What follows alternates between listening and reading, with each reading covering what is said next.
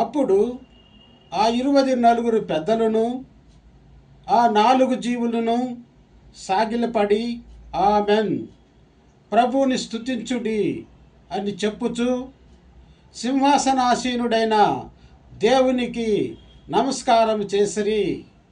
ప్రకటన గ్రంథము 19వ అధ్యాయము 4వ వచనము. ప్రియమైన సోదరి సహోదరులారా, పరలోకంలో సింహాసనాసీనుడైన యేసుప్రభు ఎదుట వారు సాగిలపడి ఆయనను స్తుతించారు. అదే విధముగా మనం కూడా ఆయన ఎదుట సాగిలపడి ఆయనను స్తుతించుదాము. పరలోకంలో సింహాసనాసీనుడైన యేసుప్రభువా, మేము ఆరాధించున్నాము, మేము గణపరుచున్నాము. యుగ యుగముల వరకు మీకే మహిమ కలుగునుగాక.